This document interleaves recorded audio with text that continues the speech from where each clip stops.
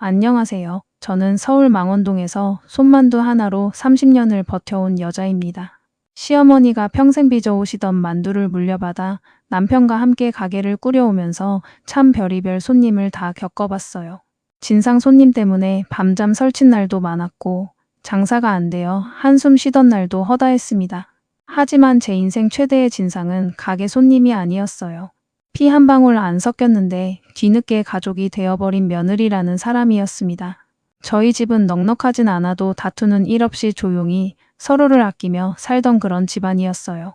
그런데 그 며느리가 들어오고 나서 집안이 통째로 무너져 버렸고 저는 지금도 그 이름 석자만 떠올리면 속이 뒤집히고 치가 떱니다. 그 애는 저희 큰아들 강민준이 결혼하고 싶다며 데려온 여자였습니다.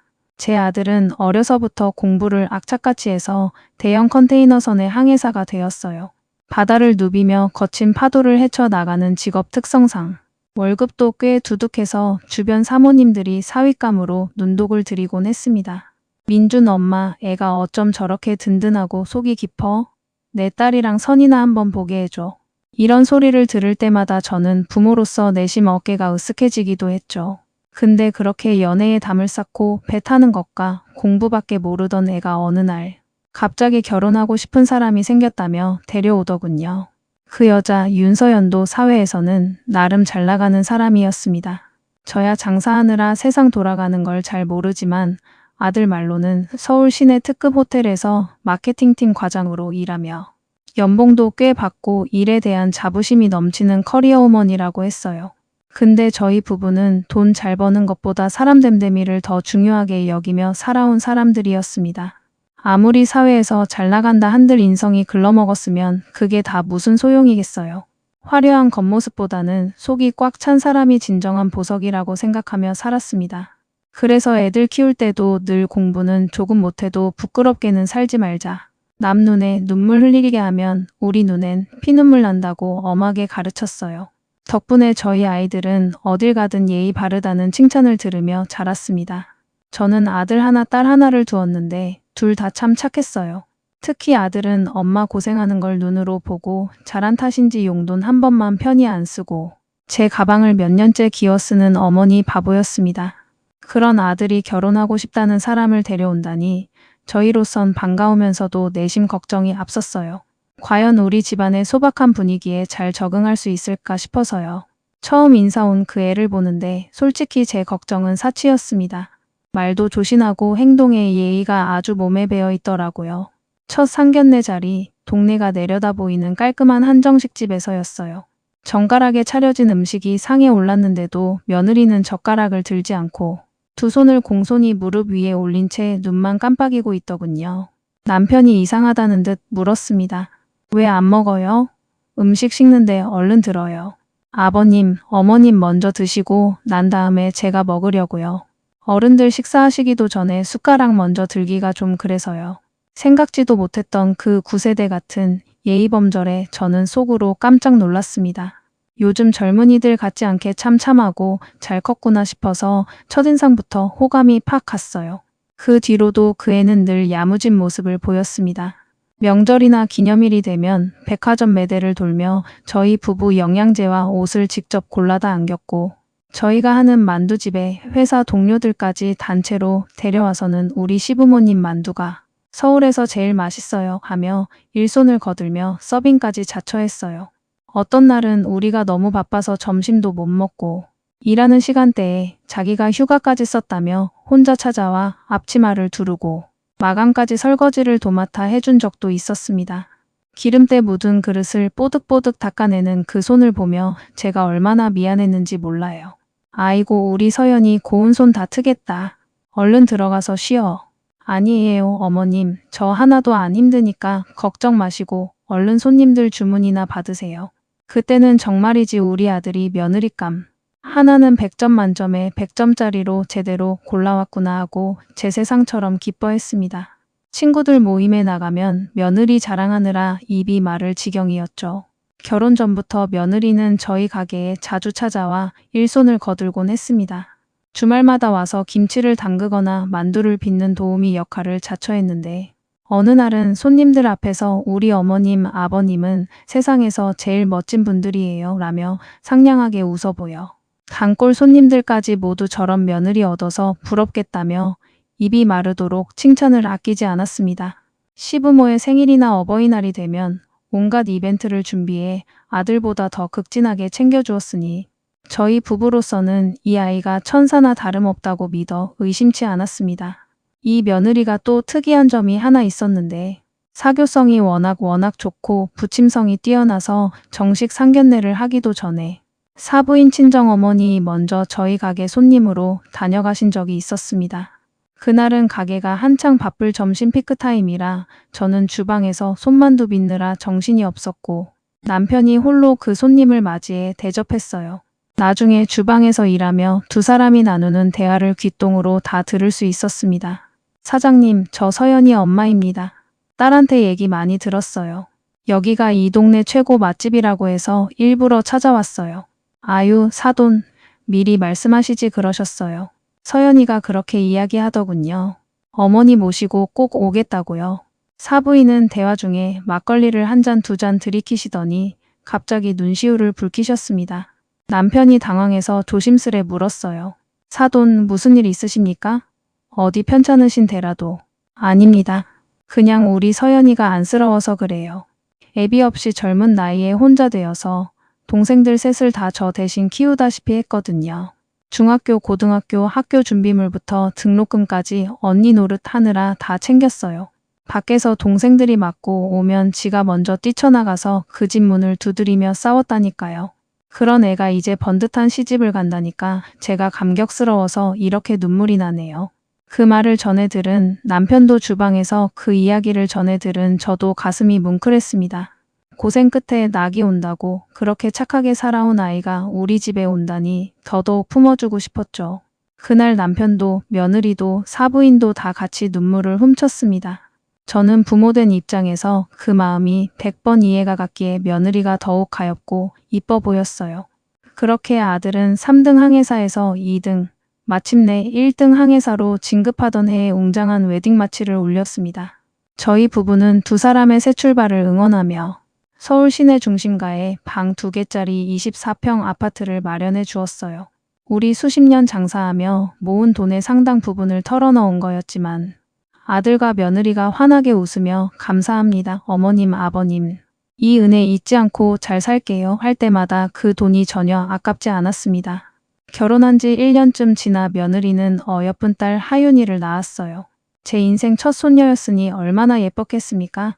눈에 넣어도 안 아플 내 새끼처럼 하윤이를 품에 안고 덩실덩실 춤이라도 추고 싶은 심정이었죠. 아들도 며느리도 다 기특했고 두 사람이 하윤이를 안고 우리 가게에 찾아와 할머니 만두 주세요 하던 그 시절이 우리 부부 인생의 가장 황금기였습니다. 아들은 배를 타는 일이 많아 짧게는 2달, 길게는 넉 달씩 집을 비웠어요. 항해 중에도 위성 인터넷으로 시간이 맞으면 영상통화로 며느리와 하윤이 얼굴을 꼭 봤는데 화면 너머로 며느리가 여보, 바다 위에서 밥은 잘 챙겨 먹었어? 하윤이 오늘 유치원에서 그림 그렸는데 보여줄게 하며 다정하게 안부를 묻던 모습이 아직도 생생합니다. 그렇게 화면 속에서도 애틋해 보이던 부부였기에 저는 이 결혼에 티끌만큼의 의심도 품지 않았어요. 그런 아들 대신 저는 며느리와 함께 대형마트도 가고 백화점 세일 기간이면 손잡고 돌아다녔습니다. 며느리 집이 저희 가게에서 차로 10분 거리라 저녁 반찬을 바리바리 싸들고 불쑥 찾아가 저녁을 같이 먹기도 했죠. 그때까지 우리 가족 사이엔 오해나 갈등이라는 단어가 들어설 틈이 없었습니다. 완벽한 가정이라고 믿었어요. 근데 결혼한 지 6년째 되던 어느 금요일 오후 사달이 나고 말았습니다. 손녀 하윤이는 유치원에 가 있었고 저는 백화점에서 손녀 원피스를 2벌 사서 지나는 길에 아들네 집에 들러 냉장고에 넣어줄 생각이었어요. 아들은 그때 마침 태평양을 건너는 배 위에 있어서 연락이 안 되는 상황이었습니다. 며느리에게 전화를 걸었는데 통화 연결음만 울릴 뿐 3번을 걸어도 받지 않더군요. 늘 한 번에 싹싹하게 잘 받던 애였기에 바쁜가 보다 싶었지만 저는 평소에 아들네 집 비밀번호를 알고 있었기에 그냥 거실에 옷만 살짝 두고 나올 생각으로 아들네 아파트로 향했습니다. 비밀번호는 며느리가 결혼 초기에 먼저 알려준 터라 저도 꿰뚫고 있었어요. 어머님, 우리 집 비밀번호 3790이에요.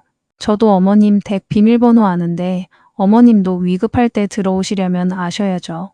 그렇게 서로 거리낌 없이 왕래하던 사이였기에 현관문을 열고 들어가는 게 어색하지 않았습니다. 그런데 집에 현관문을 열고 들어서자마자 저는 제 눈을 의심했어요. 늘 모델하우스처럼 깔끔하게 정리되어 있던 집이 완전히 쓰레기장처럼 엉망진창이었거든요. 거실 소파 위와 바닥 여기저기 알록달록한 옷더미가 무덤처럼 쌓여 있고 주방 식탁 위에는 어제 먹다 버린 배달, 족발과 중식 그릇이 파리와 함께 그대로 방치되어 시큼한 냄새를 풍기고 있었습니다. 평소에 깔끔함을 유난히 떨던 아이가 어쩌다 집을 이 지경으로 만들었나 싶어 묘한 찝찝함을 느낀 저는 혹시나 하는 마음에 냉장고 문을 열어보았습니다. 그 안에는 유통기한이 한참 지난 배달, 음식 용기와 맛있다 만 소주병 정체 모를 반찬들이 곰팡이가 핀 채 굴러다니고 있었어요. 집안 구석구석을 둘러보니 여자의 손길이라고는 전혀 느껴지지 않고 오히려 낯선 남자의 흔적들이 어지럽게 널브러져 있었습니다. 며느리가 이중생활을 시작하면서 집을 완전히 방치해 두었다는 사실이 온몸으로 느껴져 등골이 오싹해졌습니다. 아이고 이게 뭐야. 우리 서연이가 요즘 몸이 많이 안 좋았나? 저는 어린 손녀 하윤이의 위생과 건강이 먼저 걱정되어 가방을 내려놓고 청소를 시작했습니다. 청소기를 돌리고 싱크대 설거지를 산더미처럼 해치우고 있는데 거실 소파 및 구석에서 경쾌한 벨소리가 요란하게 울리더군요. 며느리 핸드폰이었어요. 아마 아침에 정신없이 출근하다가 소파 틈새로 흘린 모양이었습니다. 화면을 보니 모르는 번호였는데 계속해서 다급하게 울리기에 혹시 며느리가 중요한 전화를 놓치거나 핸드폰을 잃어버렸나 싶어 제가 대신 받게 되었습니다. 그리고 그 전화 한 통으로 평화롭던 저희 집은 역사적인 폭풍을 맞이하게 됩니다. 서연아, 오늘 저녁 7시 약속 장소 맞지? 나 방금 서울역 도착해서 지하철 타고 올라간다. 저는 순간 온몸에 피가 역류하는 것 같았고 손이 벌벌 떨려 핸드폰을 바닥에 떨어뜨릴 뻔했어요. 자신을 여보 혹은 친근한 남자의 목소리로 칭하지는 않았지만 낮게 깔린 그 중년 남성의 목소리와 묘한 뉘앙스를 느끼는 순간 제 등골에 서늘한 얼음장이 지나갔습니다. 저도 모르게 덜컥 전화를 끊어버렸어요. 정신을 차리려 할 틈도 없이 그 번호로 곧바로 다시 전화가 몇 번이나 오다가 끝내 문자가 한 통 날아왔습니다. 서연아, 왜 전화를 갑자기 끊니? 중요한 회의 중인가 보네. 그 약속 장소 압구정동 그 한정식집 맞지? 나 먼저 도착해서 기다리고 있을게. 택시 타고 갈 테니까 천천히 와. 도무지 믿기지가 않아서 이게 무슨 악몽인가 싶어. 저는 혼자서 그 남자가 말한 압구정의 약속 장소로 향했습니다. 며느리는 평소 워커홀릭 소리를 들을 정도로 시간관념이 철저한 사람이었기에 전날 밤에 세워둔 스케줄대로라면 분명 그 자리에 칼같이 나갔을 거라 확신했어요. 택시를 타고 숨이 턱끝까지 차오른 채 도착해보니 정말 놀랍게도 며느리 윤서연은 약속 시간 10분 전에 미리 와서 예약된 방 앞을 서성이고 있었습니다. 그 말끔한 정장 차림으로 핸드폰을 만지작거리는 뒷모습을 본 순간 제 가슴 속에서 무언가가 쾅 하고 무너져 내렸습니다. 뭔가 아주 거대하고 끔찍한 진실이 제 목을 조여오는 직감이 들었어요. 그곳은 고급 한정식집이었고 복도 양옆으로 프라이빗한 룸이 여러 개 늘어서 있었습니다. 며느리가 평소에 즐겨 신던 수제, 로퍼 구두를 기억하고 있던 저는 신발장을 싹 훑어 그 방 번호를 찾아냈습니다. 그리고 망설임 없이 미닫이 문을 드르륵 열어젖혔어요. 제 눈앞에 펼쳐진 광경은 제 인생을 통째로 흔들어 놓기에 충분했습니다. 다름 아닌 제 며느리 윤서연이 어떤 남모르는 남자와 마주 앉아 은밀하게 웃고 있었던 거예요. 방문을 벌컥 열고 들어서는 저를 보며 며느리 윤서연의 얼굴이 하얗게 질려 종이장처럼 변했습니다. 그제야 복도 쪽에서 조금 전 제게 전화를 걸었던 중년 여성의 목소리가 들려왔어요. 이모, 여기 방에 찬 좀 더 리필해 주세요. 저는 기가 막히고 코가 막혀서 코웃음이 절로 나왔습니다. 며느리는 처음에는 저를 보며 굳어버리더니 이내 정신을 차린 듯 뻔뻔한 표정으로 저를 향해 도리어 큰 소리를 치기 시작했습니다. 어머니, 어머니가 왜 여기에 오세요? 남의 사생활을 이렇게 함정파듯 쫓아다니시는 거 이거 스토킹이고 사생활 침해예요. 제가 뭘 그렇게 잘못했다고 이 나이 먹고 이런 모욕을 당해야 하는데요. 적반하장도 유분수지 남의 가정을 파탄 내놓고 오히려 저에게 화를 내는 그 뻔뻔한 태도에 저는 뒷골이 당겨 식당 바닥에 그대로 주저앉을 뻔했습니다. 치미는 분노를 간신히 누르며 식당 바닥을 치며 소리쳤습니다. 뭐라고요? 지금 나를 여기 식당 종업원으로 보셨어요? 서연아, 너 당장 그 자리에서 나와서 이게 다 도대체 무슨 상황인지 똑바로 설명해. 그제야 상황이 보통 심각한 게 아니라는 걸 눈치챈 그 중년 여성이 화들짝 놀라며 자리를 박차고 일어나 물었습니다. 어머님이라니요? 아니, 저 여자가 왜 갑자기 어머님이야? 서연아, 저 사람이 누구야? 제가 서슬퍼런 눈으로 그 여자를 노려보며 소리쳤습니다. 모르시겠어요? 이 여자가 지금 우리 아들하고 법적으로 부부로 살면서 동시에 댁의 아드님까지 만나고 다니는 파렴치한 상간녀라는 거예요. 그러자 그 중년 여성의 얼굴도 사색이 되었습니다. 옆에 앉아있던 남자는 고개를 푹 숙인 채 마른 세수만 하고 있었죠. 그 여성이 경악하며 소리쳤습니다.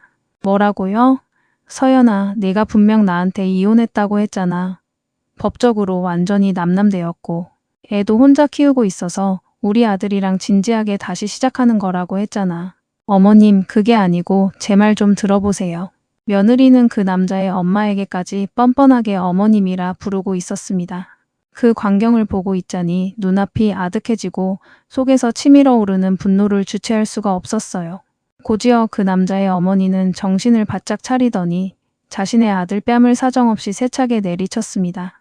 이 나쁜 자식아, 내가 감히 남의 집 귀한 며느리를 데리고 놀아? 내가 너를 어떻게 키웠는데 하늘 무서운 줄 모르고 이런 짓을 벌여. 식당 안은 아수라장이 되었습니다. 한참 동안 고성이 오가고 삿대질이 난무한 뒤 그 남자의 어머니는 저에게 비틀거리며 다와 고개를 바닥에 박다시피 숙였습니다. 정말 죄송합니다, 어머님. 저희도 그년의 거짓말에 완전히 속았습니다. 유부녀인 줄 알았으면 제 눈에 흙이 들어가도 이런 자리 안 만들었죠. 정말 면목이 없습니다. 하지만 저는 그 사과 따위에 마음이 풀릴 사람이 아니었어요. 제 손에서 불길이 뿜어져 나오는 것 같았습니다. 몰랐다고 해서 댁의 아들이 남의 가정 파탄낸 상간남이라는 사실이 변합니까? 법적으로 가만히 안 둘 겁니다. 위자료 톡톡히 준비하셔야 할 겁니다. 그리고는 시선을 돌려 바닥만 보고 떨고 있는 며느리를 향해 고함을 질렀습니다. 서연아, 너 하나 때문에 착한 내 아들과 두 집안이 다 지옥으로 변하는구나. 내가 너를 내 딸처럼 아끼고 밥 한 끼라도 더 먹이려고 했었는데 네가 나한테 이럴 수가 있어? 내 손녀 하윤이는 어디 있어? 며느리가 파르르 떨며 간신히 입을 열었습니다. 친정엄마한테 맡겨놨어요. 손녀까지 미리 친정집에 피신시켜 놓고 이런 불륜판을 벌인 거였습니다. 얼마나 치밀하고 악랄하게 계획했는지 그 소름 돋는 이중생활에 치가 떨렸습니다. 옆에 고개를 쳐박고 있던 남자를 보고 제가 단도직입적으로 물었습니다. 당신 이 여자가 애 딸린 유부녀인 거 정말 몰랐어? 남의 마누라 건드니까 짜릿하던가요? 남자는 벌벌 떨며 대답했습니다. 죄송합니다. 처음엔 몰랐다가 나중에 알았는데 이미 마음이 깊어져서. 그러자 이번엔 그 남자의 어머니가 분통이 터져 폭발했습니다. 너 그 자식 제정신이야? 알고도 만났다고? 내가 어떻게 그런 짓을 해? 2달만 있으면 이혼 정리한다고 하니까 만난 거야. 나도 속은 거야. 라니 그게 지금 다 큰 자식이 할 소리야? 그런데 그 자리에서 더 끔찍하고 충격적인 진실이 드러났습니다. 이들이 이렇게 물불 안 가리고 서둘러 살림을 합치려던 진짜 이유는 다름 아니라 며느리 뱃속에 그 남자의 아이가 자리 잡고 있었기 때문이었어요. 이미 애가 생겼는데 이제 와서 나더러 어쩌라는 거예요. 나도 책임져야 할 거 아니야. 며느리가 눈물을 쏟으며 악을 썼습니다. 저는 그 순간 머리가 띵해지면서 주저앉을 뻔했어요. 만약 이 역겨운 결혼 사기가 조용히 진행되어 이혼이 성사되고 며느리가 그 남자와 재혼했더라면 우리는 뱃속의 아이를 제 아들의 둘째, 손주로 철저히 믿은 채 평생을 살았을지도 모른다는 생각에 등골이 오싹해졌습니다. 그 자리에서 젊은 두 사람은 무릎을 꿇고 싹싹 빌어야 했습니다. 하지만 저는 그 눈물에 속지 않고 나중에 법정에서 쓸 확실한 증거를 확보하기 위해 이 모든 아수라장 상황을 제 핸드폰 동영상으로 고스란히 담아두었어요. 그리고 상탁 위에 놓여있던 얼음물 컵을 들어 며느리의 머리 위로 확 부어버렸습니다. 이 물 마시고 정신 좀 똑바로 차려라. 넌 오늘부로 내 며느리 아니야. 사람 새끼도 아니다. 어머니, 지금 제게 이게 뭐 하시는 거예요? 머리에서 물이 뚝뚝 떨어지는데도 며느리는 반성하기는커녕 오히려 적반하장으로 저에게 악을 쓰며 짜증을 냈습니다. 저는 더 이상 그 추악한 얼굴을 보기 싫어 자리를 박차고 나왔지만 식당 문을 나서는 순간 참았던 눈물이 폭포수처럼 쏟아져 내렸어요. 거리에 찬바람을 맞는데도 가슴속이 뜨거울 정도로 화가 치밀었습니다. 나중에 이혼 소송 과정에서 낱낱이 밝혀진 사실인데 아들이 항해를 하느라 수개월씩 집을 비우는 사이 며느리는 회사, 대기업 워크숍에서 그 남자를 우연히 처음 만났고 그때부터 무려 1년 가까이 아들의 눈을 속여가며 미래를 즐겨왔다고 하더군요. 아들이 항해를 마치고 인천항으로 돌아오자마자 저는 숨길 겨를도 없이 모든 진실을 털어놓았습니다. 제 이야기를 들은 아들의 눈동자가 돌아가는 것을 그날 처음 보았다. 처음 보는 짐승 같은 분노에 휩싸인 아들은 곧장 집으로 차를 몰았고 저와 남편도 혹시라도 큰 사고가 날까 걱정되어 그 뒤를 허겁지겁 뒤따라갔습니다. 아들은 집에 도착하자마자 비밀번호를 누르고 들어가 며느리를 거들떠보지도 않고 안방으로 직행하더니 거실 벽에 걸려있던 화목한 결혼사진과 며느리의 옷까지 명품 가방들을 사정없이 끌어모아 나왔습니다. 그리고 거실 바닥에 그 소중했던 결혼사진 액자를 내던져 유리 조각이 가루가 되도록 박살 내버렸어요. 아내는 눈물을 흘리며 빌었지만 아들은 가위를 집어들고 며느리가 아끼던 명품 백들을 난도질하기 시작했습니다. 네가 나를 배신해? 내가 거친 바다에서 죽어라 돈 벌어다 줄 때 너는 다른 남자의 품에 안겨 있었어? 그것도 우리 엄마가 그 꼴을 직접 보게 만들어? 넌 인간도 아니야. 절대 용서 못해. 당장 이 집에서 꺼져. 여보, 미안해. 나 정말 외로웠어. 당신이 자꾸 몇 달씩 집을 비우니까 나도 사람인데 외로워서 그런 거야. 지금 그따위 소리를 핑계라고 짓거리는 거야? 어이가 없어서 말이 안 나온다. 당장 나가. 아들은 미쳐 날뛰며 며느리의 머리채를 잡아 끌고 차가운 현관 밖으로 내팽개치듯 내쫓았습니다. 그 난리통에 손녀 하윤이는 없었어요. 아들이 집에 들어서기 직전 제가 남편에게 손녀를 데리고 근처 놀이터로 나가 있으라고 미리 부탁해 두었기 때문입니다. 만약 어린 손녀가 그 아수라장을 다 봤더라면 아이 마음에 평생 지워지지 않을 상처가 박혔을 겁니다. 그 뒤로 이혼 소송은 일사천리로 진행되었습니다. 며느리의 외도 증거와 상간남의 자백, 결정적으로 뱃속의 아이까지 명백한 증거였기에 법원에서도 며느리 쪽은 소송을 제기할 엄두조차 내지 못했어요. 위자료와 재산 분할 역시 우리 쪽이 유리하게 판결이 났습니다. 이혼이 완전히 마무리되고 쌀쌀한 바람이 불던 어느 날 며느리는 저희 만두집 앞까지 찾아와 손님들이 보는 앞에서 울부짖으며 제 발목을 붙잡았습니다. 어머님, 제발 저를 한 번만 불쌍히 여겨서 용서해 주세요. 저 뱃속에 아이까지 생겼는데 이혼당하고 혼자 어떻게 살아가라고요. 그 사람도 절 완전히 버렸단 말이에요. 저는 만두를 빚던 밀대 벤치를 내려놓고 서슬퍼런 눈으로 그년을 내려다보며 단호하게 소리쳤습니다. 내 아들 핏줄도 아닌 그 불륜 자식을 내가 무슨 수로 거둬 키워? 다 네가 내 발로 판무덤이고 내가 뿌린 대로 거둔 벌이야. 염치가 있으면 다시는 우리 가족 눈앞에 얼씬도 하지 마. 며느리는 식당 안을 가득 채운 손님들의 따가운 수군거림과 손가락질을 견디지 못하고 얼굴을 가린 채 도망치듯 자리를 떴습니다. 저는 그 비참한 뒷모습에 맺힌 하늘 풀기라도 하듯 굵은 소금 한 움큼을 가게 문 앞에 뿌려버렸습니다. 나중에 건너 들으니 며느리는 그 상간남에게도 완전히 버림받았더군요. 상간남의 어머니가 어디서 유부녀가 사기를 쳐서 우리 집안에 발을 들여놓으려 하느냐며 펄펄 뛰며 집안에서 족속을 파버리겠다고 으름장을 놓았고 마마보이였던 그 남자는 자기 엄마의 등살을 이기지 못해 임신한 며느리를 차가운 길바닥에 내팽개치듯 매몰차게 버렸다고 합니다. 인과응보라는 말이 이럴 때 쓰는 거구나 싶었어요. 그 집안 친정에서 벌어진 일도 참으로 서글프고 기가 찼습니다. 며느리의 친정 엄마인 이정숙 씨는 사위인 우리 아들을 제 자식보다 더 아끼고 지켜 세워주던 분이었는데 딸을 자신의 집에 데리고 있던 그날 어린 손녀 하윤이가 무심코 던진 말 한마디로 모든 진실이 폭로되었다고 해요. 하윤이가 할머니에게 엄마, 저번에 우리랑 같이 놀이동산 갔던 그 아저씨는 왜 삼촌 아니야? 엄마가 삼촌이라고 부르랬잖아 하고 해맑게 물었다는 겁니다.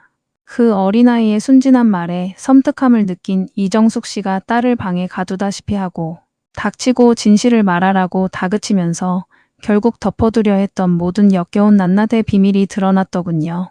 그 얘기를 사부인이 직접 저희 가게로 찾아와 손님이 없는 시간에 무릎을 꿇고 눈물로 털어놓았습니다. 사돈 제가 제 딸년을 올바르게 키우지 못한 죄입니다. 그동안 저한테 아들보다 더 극진하게 잘해준 우리 사위한테 인간으로서 어떻게 이런 짐승 같은 짓을 할 수가 있는지 제가 죽고 싶은 심정입니다. 아닙니다. 사돈 자식 키워보니 부모 마음대로 안 되는 걸 어쩌겠습니까? 사돈도 그동안 마음고생 많으셨겠지요. 저희는 악연으로 끝날 뻔한 인연을 뒤로하고 서로를 부둥켜 안은 채 씁쓸한 눈물만 흘리며 헤어졌습니다. 그 후로 며느리는 결국 친정의 도움도 받지 못한 채 뱃속의 아이를 스스로 정리했다는 안타깝고도 씁쓸한 소식을 지인의 귀를 통해 전해 들었습니다. 참으로 비참하고 파멸적인 결말이었지만 제 마음속에는 이제 그 사람을 향한 눈물이나 동정심은 티끌만큼도 남아있지 않았습니다. 제 아들은 여전히 그 배신감의 상처 속에서 허우적대며 밤마다 술로 지새우고 있었으니까요. 아들은 이혼 소송이 끝나고 상간남에게서 판결로 위자료를 받아냈지만 그 돈이 무슨 소용이겠습니까? 영혼을 뒤흔든 배신의 상처는 쉽게 아물지 않았습니다. 심지어 아들은 하윤이가 자기 친딸이 정말 맞기는 한지 혹시라도 다른 의심스러운 구석은 없는지 불안해하며 대학병원에 가서 친자검사까지 따로 진행했습니다. 저희 부부도 아들의 그 피눈물 나는 결정을 말리지 않았어요. 며느리의 그 완벽한 거짓말이 인생에서 단 한 번뿐이었다는 보장이 없었으니까요. 결과가 나오는 날 아들은 하얗게 질린 얼굴로 병원 봉투를 품에 안고 집에 돌아와서도 한참 동안 그 봉투를 열어보지 못하고 벌벌 떨었습니다. 제가 떨리는 손으로 대신 봉투를 뜯어 확인한 순간 아들은 그 자리에 주저앉아 엉엉 울음을 터뜨렸습니다. 엄마 하윤이 내 딸 맞아요. 유전자 일치율 100%야. 진짜 내 딸이었어. 저희 세 식구는 그날 밤 거실 바닥에 뒹굴며 서로를 부둥켜 안고 목 놓아 울었습니다. 하필 이런 천인공노할 엄마 밑에서 태어난 우리 불쌍한 손녀를 생각하니 가슴이 미어졌어요. 그 일 이후로 아들은 회사의 강력한 만류에도 불구하고 당장 사표를 내겠다며 버티다가 결국 회사에 장기 휴직을 내고 몇 달 동안 방 안에 틀어박혀 영혼이 나간 사람처럼 지냈습니다. 낮에는 소주병을 비우고 밤에는 멍하니 천장만 바라보는 아들을 지켜보며 제 피가 마르는 것 같았어요. 매일 아침마다 제가 끓인 전복죽을 들고 들어가 민준아, 내가 살아야 하윤이도 살지. 제발 한 숟가락만 떠먹어다오 하며 아들의 마른 손을 잡고 울부짖었습니다. 그러던 어느 날 아직 유치원생에 불과했던 5살 손녀 하윤이가 아빠의 그런 처참한 모습을 보았나 봐요. 아들이 술에 취해 거실 바닥에 주저앉아 눈물을 흘리며 벽을 치고 있을 때 하윤이가 조그마한 두 손으로 아빠의 목을 꽉 끌어안으며 앙증맞은 목소리로 이렇게 말했습니다. 아빠 왜 울어? 어디 넘어졌어? 괜찮아. 몸이 안 아프면 괜찮은 거야. 유치원 선생님이 넘어진 친구는 울지 말고 꼭 안아주랬어. 내가 아빠 안아줄게. 울지 마세요, 아빠. 아무것도 모를 줄 알았던 어린 손녀의 그 깊고 따뜻한 위로의 한마디에 아들은 그 자리에 엎드려 아이를 부여안고 목 놓아 오열했습니다. 저 역시 아들의 등 뒤에서 소리를 죽이며 눈물을 쏟아부었어요.